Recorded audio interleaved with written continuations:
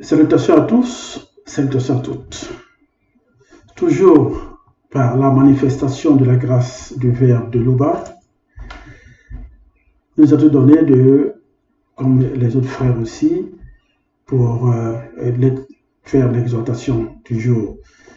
Alors, cette semaine, nous allons faire l'exhortation sur beaucoup d'aspects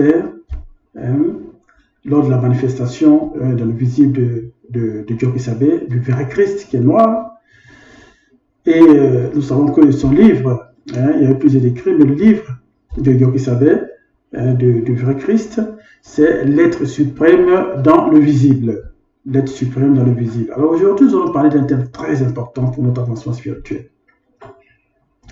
Alors nous savons que Dieu Kisabé, dans son existence, a manifesté beaucoup de choses. Donc, il y a eu un moment où il y a eu la multiplication du pain et il a nourri une certaine foule. Donc, et par la suite, il y a eu des choses qui se sont passées. Et aujourd'hui, nous allons parler, comme le titre l'indique, nous allons partir dans l'évangile caché de Christ, de Dieu Kisabé, au chapitre 31. Chapitre 31, à partir du verset 14 jusqu'au verset 30. Donc, cette manifestation de ce qui s'est passé, tellement important pour nous faire comprendre la puissance de Dieu qui savait, et surtout pour nous autres de comprendre que l'appartenance à la vérité et la confiance que nous devons mettre dans le Verbe de Loba, rien ne peut nous arriver si nous restons toujours connectés vraiment avec nos trois êtres dans le respect des lois et des recommandations. Alors, dans ce passage aujourd'hui, dans le livre de Cours de Manet, Dieu qui savait, le titre c'est Dieu qui savait marche sur les eaux du grand lac mystérieux. Dieu qui savait marche sur les eaux du grand lac mystérieux. Et dans le déroulé, nous allons comprendre beaucoup de choses, de la puissance même du Christ. Parce que dans les Bibles classiques, il a dû avoir ce récit-là, mais dans Bible, la vraie Bible authentique, sans erreur ni contradiction, que je vous exhorte à vous en procurer. Pour ceux qui n'ont pas encore pu s'en procurer, il faut le faire. C'est une grande bibliothèque du savoir, de notre existence et de notre identité réelle en tant que noir, notre identité spirituelle. Et nous avons parcouru quelques passages. Surtout aujourd'hui, le thème qu'il nous a donné, c'est la marche du Christ sur le lac mystérieux. Alors, il est écrit au verset 14, Dieu qui savait, étant monté sur une montagne pour prier là-bas, et pendant qu'il priait, une multitude d'entités célestes firent leur apparition autour de la montagne. Alors, Dieu qui savait, à un moment donné, il était avec ses apôtres. Et le verset avant, c'était la partie où il avait multiplié le pain pour la foule, et après il s'est retiré. Il s'est retiré pour aller prier, et comme le verset 14 nous dit, et qu'il était monté sur une montagne pour prier le bas. Et pendant qu'il priait, une multitude d'entités célestes firent leur apparition tout autour de la montagne. Alors, vous voyez par exemple, quand une personnalité qui doit arriver quelque part, il y a toute une protection tout autour, sur quelques kilomètres du lieu où ce personnage-là, ou bien cette personnalité va être. Et même pour nous, ici, dans le Kalatamba, on dit que Dieu vous avait été monté sur la montagne pour prier. Et la manifestation de la multitude Vous voyez, une entité céleste a pris possession autour de la montagne, pour sécuriser la montagne, pour ne pas que Dieu soit perturbé. Et cette manifestation des entités autour de la montagne symbolise beaucoup de choses. Beaucoup de choses. Vous voyez, c'est pour ne pas que Dieu soit perturbé, soit dérangé. Il fallait sécuriser les alentours de la montagne. Et les détails de cela, comme souvent notre milieu le dit, qu'est-ce qui s'est passé pour que ces entités-là puissent venir sécuriser tout cela? Ça sera dans le livre mystérieux que nous attendons tous. Au verset 15, il est écrit, il redescendit plus tard. Il redescendit plus tard. Donc après la prière, Dieu qui savait va redescendre. Il va redescendre. Pas descendre comme nous l'entendons, mais il va descendre de cette montagne. Où il allait prier, où il allait converser avec cette terre, où il allait se ressourcer, où il allait pour une conversation très importante. Les détails, ça sera aussi dans le livre mystérieux, mais là, on nous dit, il redescendit plus tard. Au verset 16, on nous dit, après sa descente de la montagne, il chemina tout droit vers le grand lac mystérieux. Il chemina tout droit vers le grand lac mystérieux. Et nous savons que tout a été commencé, toute manifestation du visible a été fait à partir de l'Afrique aussi. Et ce lac mystérieux, ici, c'est en Afrique centrale. C'est Motonga. Mais, on nous dit exactement le lieu où le lac mystérieux était. Mais là, on nous dit, après sa descente de la montagne, il chemina tout droit vers le grand lac mystérieux. Pourquoi ce lac mystérieux? Qu'est-ce que Dieu qui savait doit aller faire là-bas? Pourquoi Dieu qui savait s'est dirigé vers le lac? Qu'est-ce qu'il a vu là-bas pour aller vers ce lac mystérieux?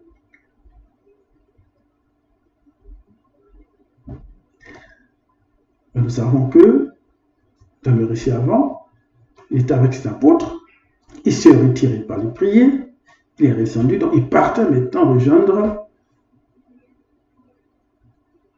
ses apôtres. Mais où était exactement ce lac mystérieux? Nous le verrons, si le Verbe le permet, dans le livre mystérieux. Au verset 17, on nous dit, Dieu qui savait se tint ainsi au milieu de l'obscurité devant ce grand lac mystérieux. Il se tint ainsi au milieu de l'obscurité. Nous savons tous que, ici en Afrique, quand il fait noir, il y a beaucoup de choses qui se passent. Parce que c'est dans l'obscurité que beaucoup de choses se manifestent. Les démons se manifestent, ceux qui font de mauvaises choses se manifestent. Nous-mêmes, et quand il fait noir, qu'il n'y a pas d'électricité, nous voyons la manifestation des pensées qui nous entourent. Ça fait un peu peur. Maintenant, on nous dit Dieu que c'était ainsi au milieu de l'obscurité devant ce grand lac mystérieux. Qu'est-ce que cela symbolise?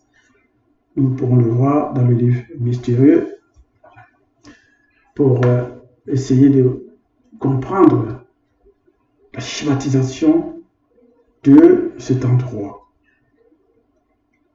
Au verset 18, c'est dit que tout à coup, Son esprit, avec E majuscule, déclencha en lui une émotion mystérieuse qui n'est connue que par les initiés.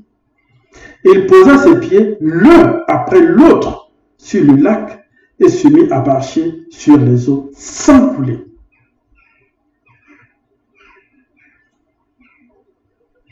Son esprit déclencha en lui une émotion mystérieuse.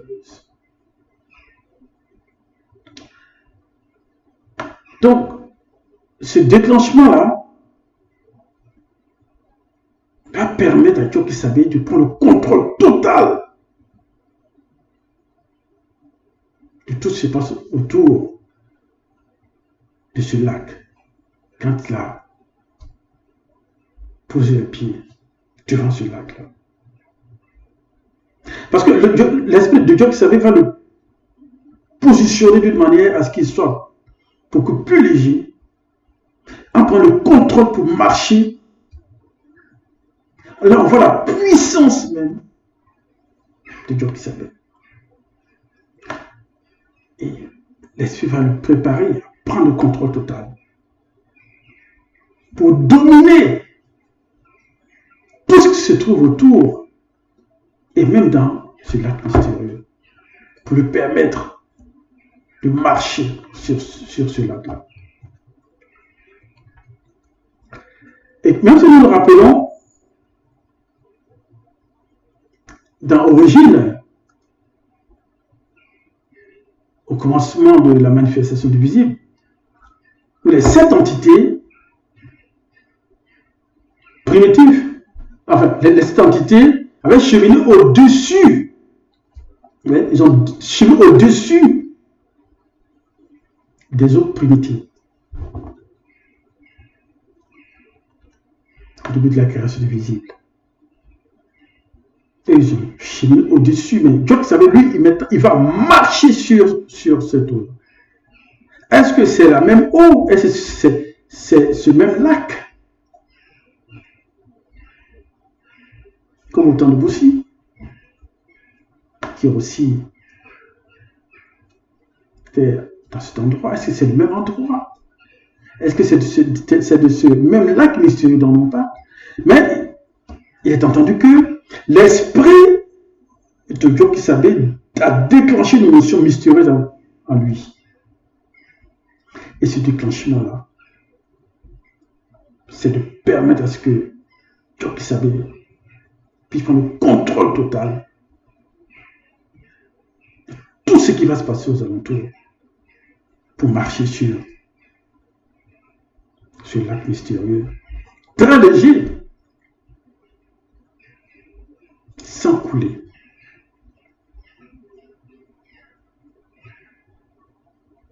Et je reprends, tout à coup, son esprit déclencha en lui une émotion mystérieuse qui n'est connue que par les initiés, et il posa ses pieds l'un après l'autre sur le lac et se mit à marcher sur les eaux sans couler.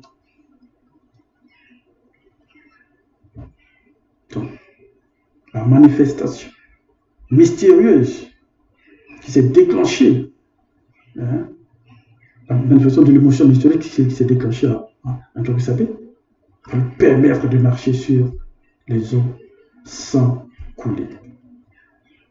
Verset 19, il est écrit, soudainement, le vent se mit à souffler de plus en plus fort et l'aspect des nuages se changeait en arcu de type multicouche. Waouh! Le vent se mit à souffler de plus en plus fort. Parce que la présence de Djoki Sabe sur le lac mystérieux a bouleversé l'environnement. Tellement bouleversé que l'aspect des nuages se changeait en arcus. Pour voir dans le dictionnaire ce que ça veut dire. De type multicouche. Nous verrons souvent ici, dans notre visible, quand il va pleuvoir, nous verrons comment est-ce que le ciel se manifeste. où les nuages se manifestent et tout devient sombre avec des éclairs pour on sent tout ce qui va pleuvoir et tout. Mais là, il y a eu ce grand bouleversement dans les nuages. Qu'est-ce qui s'est passé? Qu'est-ce qui s'est passé?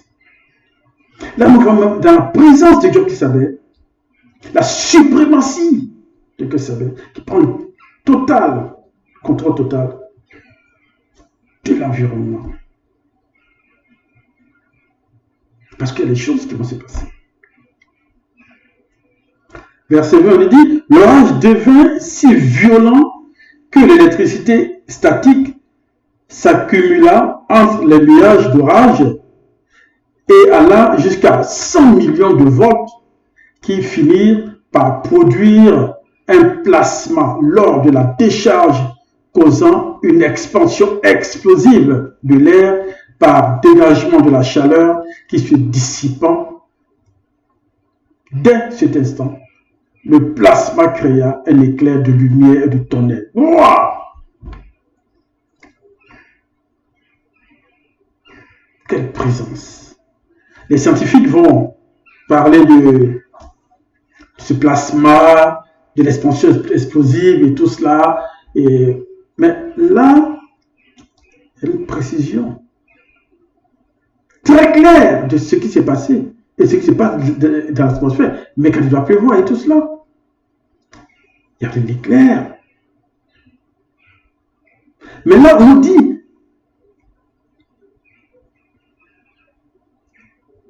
que l'orage devait si violent que l'électricité statique s'accumula entre les nuages d'orage et allait jusqu'à 100 millions de volts qui finit par produire un plasma lors de la décharge, causant une expansion explosive de l'air par dégagement de la chaleur qui se dissipant. Dès cet instant, le plasma créa un éclair de lumière et de tonnerre. Qu'est-ce qui s'y passe? Et si on imagine un peu, en ce moment, tout ce bouleversement-là, en cet instant même, et la précision des écrits ici nous dit, d'accord, Tambalais, nous pouvons le remettre aujourd'hui dans notre étude visible quand il y a orage, ce qui se passe, le peu que nous ressentons. Comment est-ce que nous sommes bouleversés nous-mêmes? Mais là, dans Karatambel, il est écrit, elle a jusqu'à 100 millions de volts.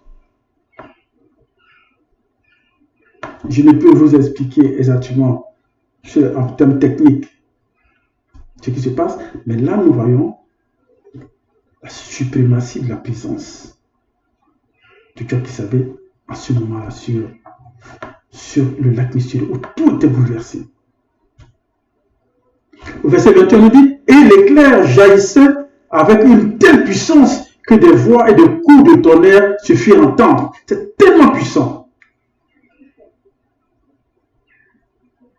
Imaginons la scène en ce moment-là, la peur qui a commencé à régner là. Et Dieu qui reste imperturbable. Parce que son esprit la paix place.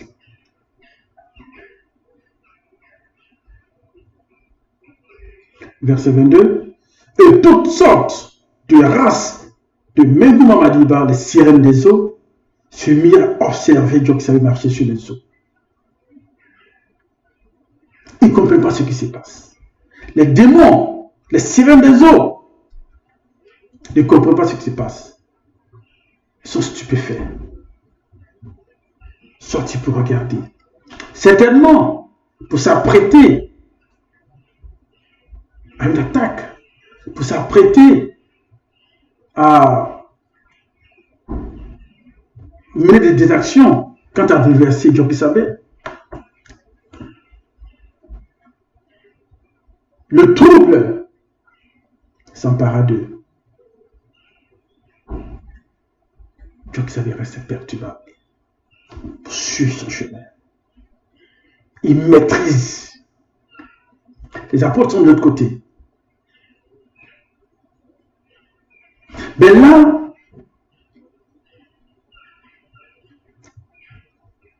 toutes ces sirènes des eaux ne comprennent pas ce qui se passe. C'est qui ça? C'est quel être qui est là? Il y a une suprématie. Dieu qui savait, le Christ a pris le contrôle total.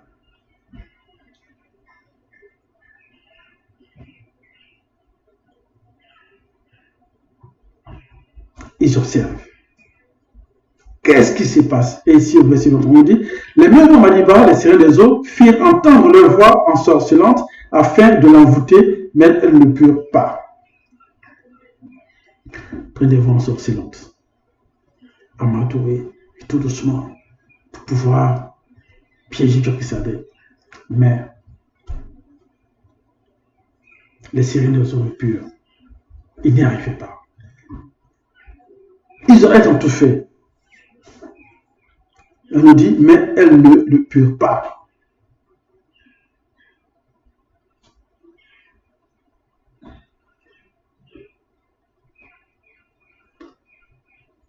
Dieu qui savait était imperturbable. Il était sous le contrôle du Verbe de Loba. La protection. Parce qu'on nous a dit au début que les multiples d'entités sont venues prendre le contrôle autour de la montagne. Tout cela est suivi. Le Verbe de Loba est là. Pour accompagner Dieu qui savait dans ce combat. Par sa présence. Alors, verset 24 nous dit, alors, elles commencèrent à lancer des cris de guerre en tonnant des voix étranges. Elles étaient perturbées. Comment elles ont su qu'elles ne pouvaient rien faire? Elles ont commencé à vouloir passer à une autre phase de leur attaque pour troubler Dieu qui savait. Verset 25. Dès lors, Dieu qui savait pris le dessus sur elle, si bien que les démons de haut rang de l'air et de la forêt vinrent pour secourir les Mengo Madiba, les sirènes des eaux. Ils ont fait appel pour une coalition pour venir déstabiliser Dieu qui savait. Verset 26, on nous dit, quand ils virent Dieu qui savait, ils prirent peur et le furent par le poids face à l'extraordinaire puissance de Dieu qui savait.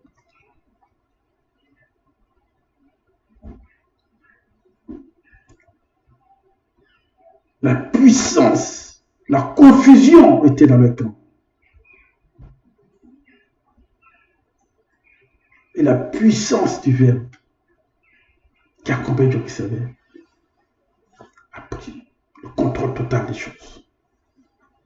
Sécuriser Dieu qui savait au point que toute cette coalition ne puisse troubler Dieu qui savait sur ce lac mystérieux. Et puis, verset 28, ils m'ont dit, et plus tard, Dieu qui savait aller vers ses apôtres en marchant, avec confiance imperturbable sur le grand lac mystérieux. Et pour ceux qui connaissent les apôtres, pour ceux qui ne connaissent pas les apôtres, la précision est dans le Kalatambalé. Nous allons partir dans l'évangile caché de Koudmané, au chapitre 23, à la page 663, pour parler de nommer ces apôtres-là. Nous allons d'abord lire le choix des apôtres et comment ça s'est passé. Donc je lis, en ce temps-là, Job-Kisabé se rendit à la montagne pour prier et il passa toute la nuit à prier Loba. Et durant la nuit, les Mébada Mboti Mabobé, les satyres, démons en forme de bouc, prit la fuite en cet endroit à la vue de Job-Kisabé où se trouvait la montagne. Et dès que le jour fut manifesté, il appela ses adeptes et il en choisit 12 parmi eux auxquels il donna le titre de Namoloma, sont des apôtres. Et là, il va les initier. Il a choisi 12 qui sont Dalé, les Bibles classiques, on avait Pierre, Moïso André, le frère de Dalé, Monanganda, Jacques, Lakisabé, Jean, Tondé Kabbalah, Philippe, Abia, Nathanaël, Jabéa, Matthieu, Diwasa, Thomas, Motele, fils de Tukwa, Alpé, Senganépin, Simon, le Zilote, Mbissane, Jude, fils de Jacques, et Soma, Judas. Mais c'est ce qu'on nous dit. Plus tard, sous un grand baobab, Job-Kisabé commença à les initier sur les mystères de la prévie.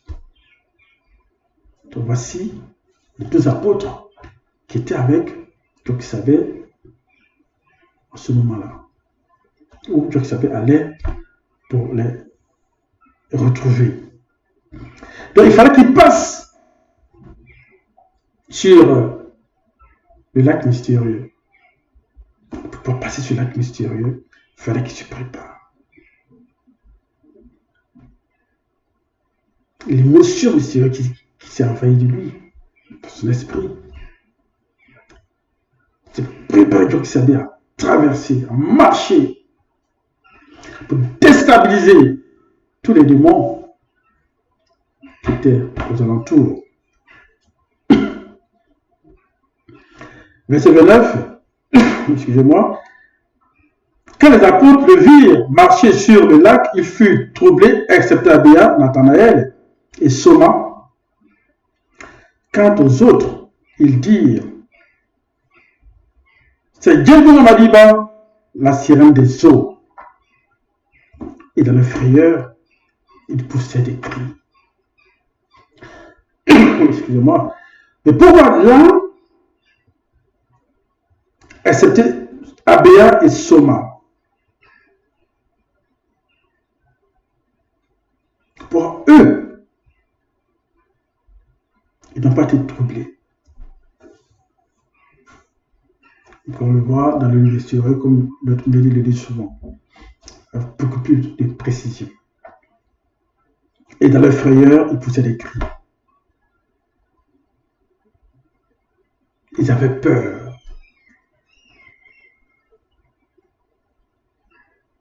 Ils avaient peur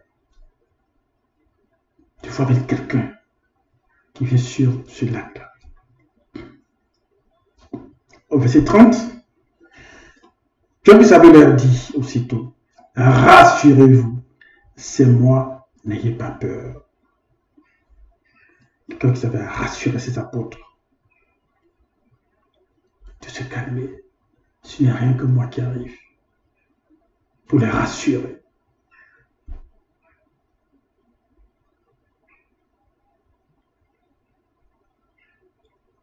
Quel était le message derrière tout cela? Le message, pour ma part, c'est dire que, quelle que soit la situation que nous vivons, si nous sommes conscients du respect que nous avons au Verbe de Loba, si nous sommes conscients que Loba est le créateur véritable, le seul, s'ils sont conscients du message que Jésus leur apporte,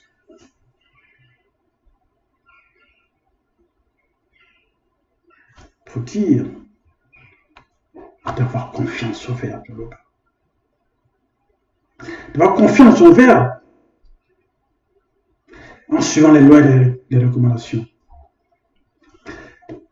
Bible, elle attend pas, elle nous dit tout. De la confiance que nous devons avoir. Tandis que nous restons imperturbables, quel que soit tout ce qui peut se passer autour de nous. C'était là, frères et sœurs, ma part d'exhortation. Que l'Oba, par la manifeste de la grâce, nous préserve de toutes les circonstances et d'imprévus, ainsi soit-il.